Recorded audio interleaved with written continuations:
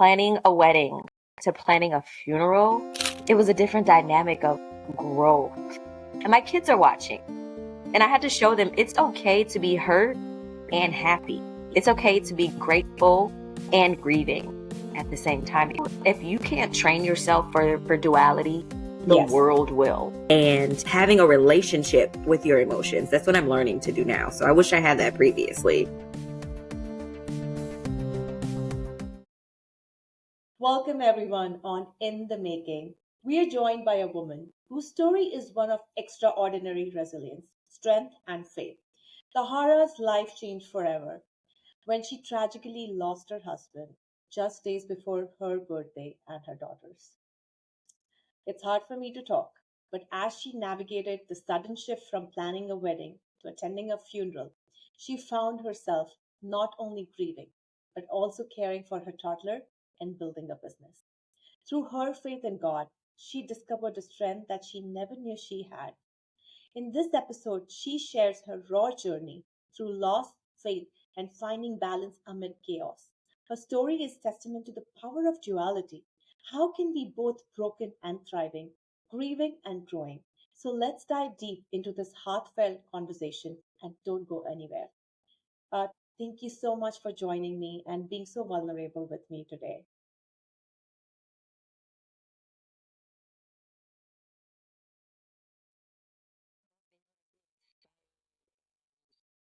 Did I pray before this that God lead us through this? Let this touch the hearts of those who need to hear it, who are looking for inspiration, who need to fill those empty spots within themselves, and use us as a vessel on this platform, Lord, to save your people. Amen. Thank you, Tahara. That was beautiful. You lost your husband under such tragic and sudden circumstance.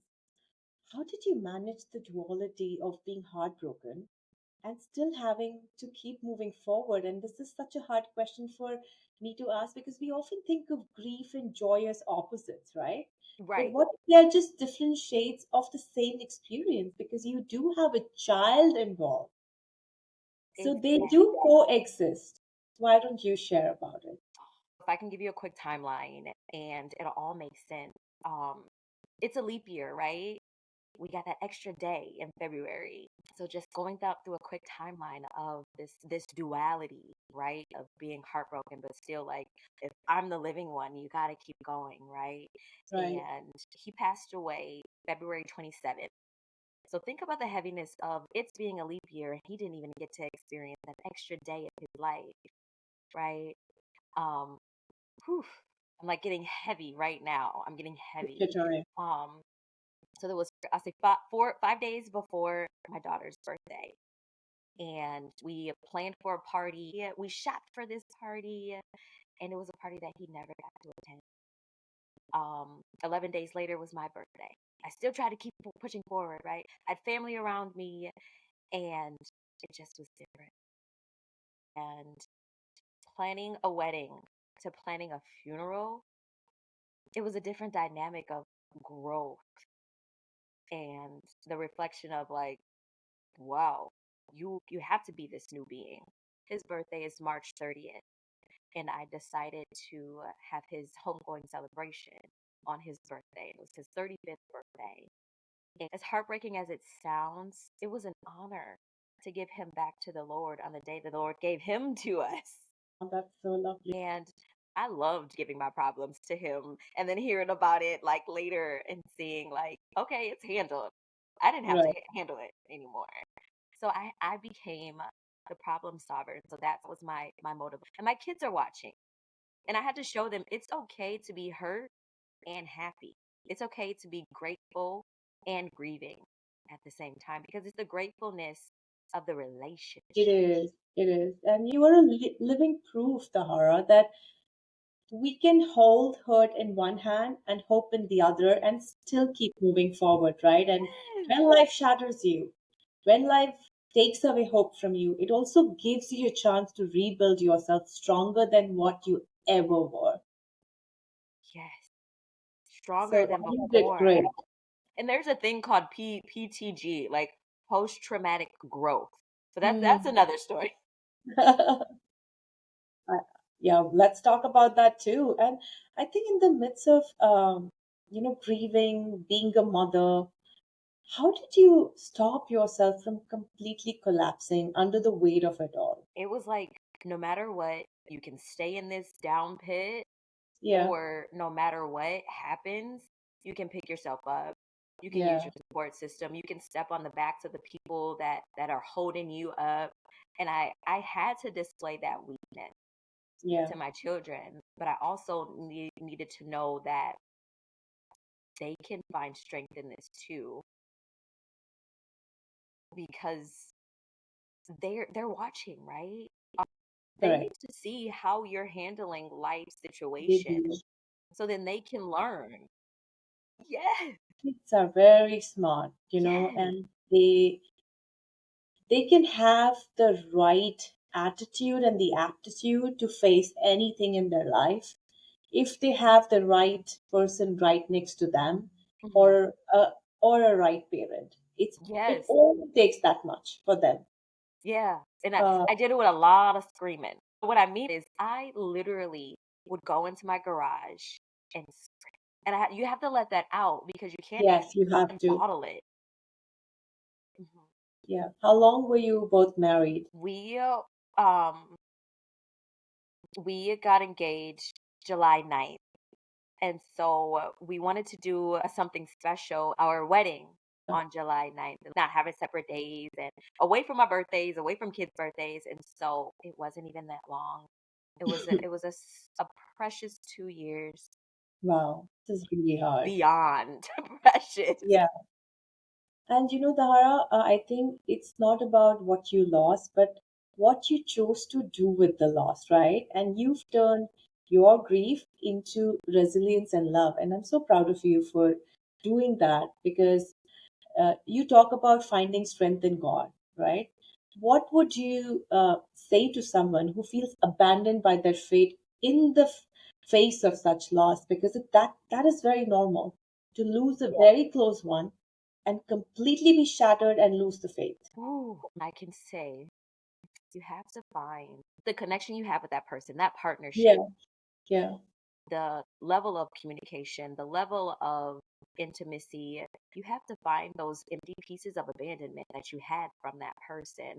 Rather, um, this death makes you feel empty. There's holes that need to be filled. You have to spend time in reflection to saying, like, what dynamics of this partnership makes me so hurt yeah, that now they're gone? And was it conversations left unsaid? Was it disagreements that you couldn't come into agreements with? Like, what about it is making you feel abandoned, right?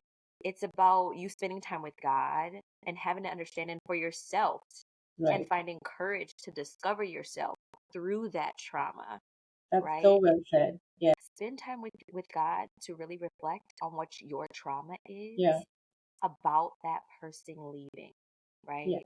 Was it unaddressed conversation? That's It's important. about celebrating that person's life in a different way. And I believe in God, and I believe that there is some external universe force. So many, And yeah. I feel no matter what your faith is in life, whether you believe in God, whether you believe in that entity, whatever you believe in, remember that it is there for you if you ask for it. If you ask, Taharra did that. If you ask, she asked for help. She asked for support, and she got it. She got that strength she never knew she had. And sometimes, I'm not saying we all have to go through this, but in our all our lives, like, there is going to be ups and downs. And exactly. it's not just the loss, it's maybe the strength that we have to find in the toughest times, or the times that we lose our courage. How do we dare ourselves to move Yes, forward? And I think dare is such a strong word, but I think it really gives me that hope that I can do anything in this life if I dare myself to do it, right? Tahara, we understand the sadness within you, but you've come out strong. You've overcome that grief, and the person's loss is always going to be there. But what you are today in front of us is what has made you, right, stronger than exactly. ever Yeah. before. You had to build a business now. while mourning, you had to make money, you had to take care of this child, knowing that your husband will no longer be as a support system. Tell somebody who's listening to you, how did you navigate through all of this and how did you support yourself? Oh, a lot of screaming, knowing that my home office is 4 or 5 feet away. Of like, he used to play the game. It's X Fact, and when I'm working, he used to be right next to me, and he would look over to me and say, "You got it, babe." Right? And so holding on to that energy and knowing and being familiar with his soul and his spirit, I lost that support system physically. But energy and spirits, they never die. It only transforms and transfers to the next closest thing. And we're a spirit that possesses a soul that only lives in a body. Anything living, it must die, right? And so if you become So true. so familiar with the spirit and the soul of a being, Yeah, they never leave. yeah. There's a business, there's sports and everything. So I had to show up for these things, the brokenness of me and the strengths of me. Hmm. And then processing that with them, still feel that energy of support. Even though I got amounts of other support that came after his passing, but I still feel that one. I love that. Thank you so much for sharing. Tell somebody who's listening to you the actionable steps that you had to take because you had to make a living out of what you were doing. I looked back at my why.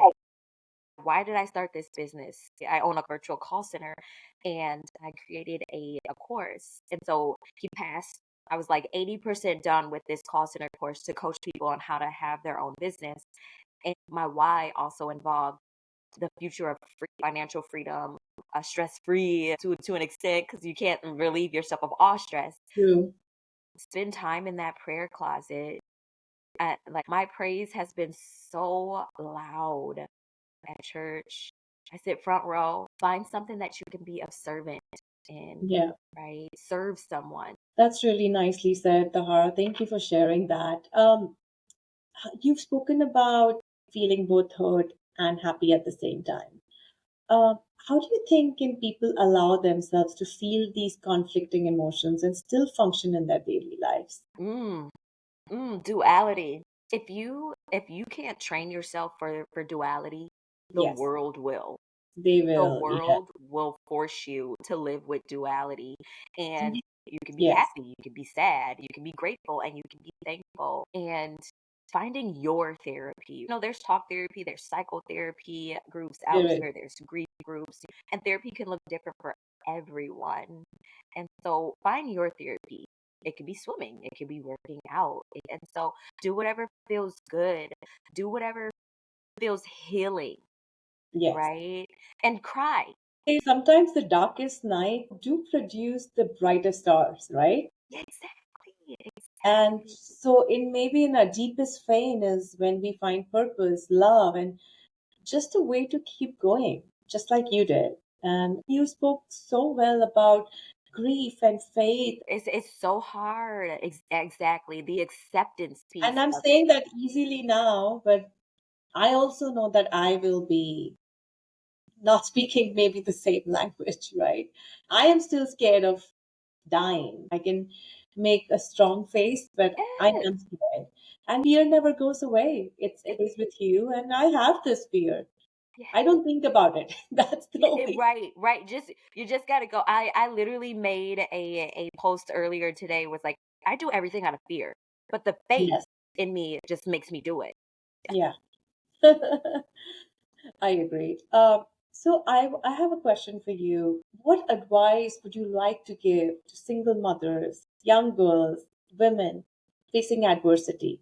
What are the things that no one talks about when it comes to surviving after a loss? It could not be just a partner's loss or a husband's loss. It could be loss of any kind, right? As women, we play multiple hats every single day.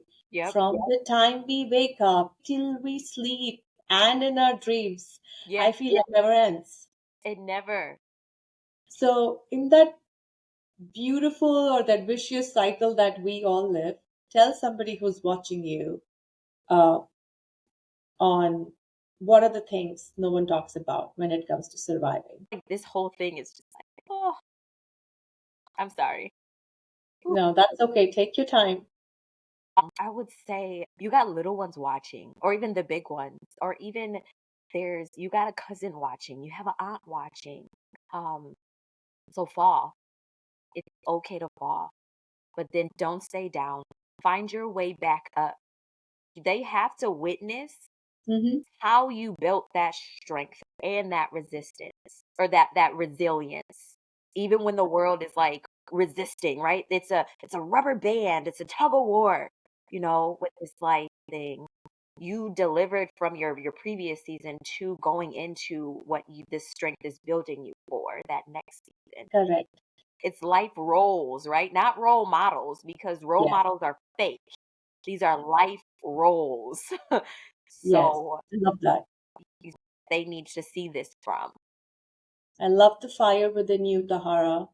And I love how you hold yourself with courage, with resilience, for your kids, for yourself. I wish you so much love, and I have so much respect after talking to you. And it's incredible how you have rebuilt yourself. And I'm sure your family, friends, your kids are very proud of you, um, because you have the fire within you. And we are coming towards the end of the show. I love to do a rapid fire segment. Are you ready for that? What is one thing about you that people don't expect? For me to say yes, because when someone asks me something or do anything, I'm always asking a million questions and I might still say no. The one piece of advice you wish you had received earlier in life. I would have to say be gentle, be kind. Um, Hmm. Life is hard and I was not prepared to pay bills as a teen. So one thing I would say is the knowledge of finances and Hmm. credit and having a relationship with your emotions. That's what I'm learning to do now. So I wish I had that previously. Incredible. What's one word, and this is going to be hard, that describes your journey? Okay. I I have to think about a movie. And maybe a lot of people hasn't seen this movie, A Wrinkle in Time. It's a part of the movie where it's so beautiful and it's so complex, but it's yet peaceful and calm. And my Hmm. word would be tessering, because this journey has been beautiful and complex and painful and hurtful. I love that. Thank you so much. The last question for you, Tahara, is tell anybody who's watching you today who have kids on what can you do in life that when they have a loss like this, they can hold it and support them emotionally. Grief is so complex and loss and death is so complex for children. Just hold them. Do they understand this person is not coming back? Um, and be gentle with your child, regardless of age. Our daughter is 2 years old, and like she feels his spirit around, and she Oh, yeah, says, that's "Papa's here, cute. Papa's here." And so let your child navigate it, but also just watch how they are acting or behaving, and if some behaviors has changed, um, address it with gentleness, because it's a lot of misunderstanding there with the child. I have conversations with them. I check on them and seeing how they are um building relationship with their emotions. Yeah. That's so well said. And I'm going to repeat myself again that grief doesn't define us, but how we grow through it certainly does. And Tahara, thank you so much for sharing your heart with us today. Your journey through unimaginable loss and your ability to rebuild, find purpose, maintain your faith is truly so inspiring for anyone that's listening who's going through grief, their own tough time. I hope you find comfort and strength in Tahara's words today. Remember, you're allowed to feel hurt and happy and broken and whole. Life is about navigating these complex emotions. Until next time, keep moving forward one step at a time and never forget that one day you will rise and shine no matter what. Don't forget that you can believe in something and it will happen for you miraculously. You have to believe in it. Don't forget to follow, share, and subscribe. Until next time, See you soon. Thank you. Thank you.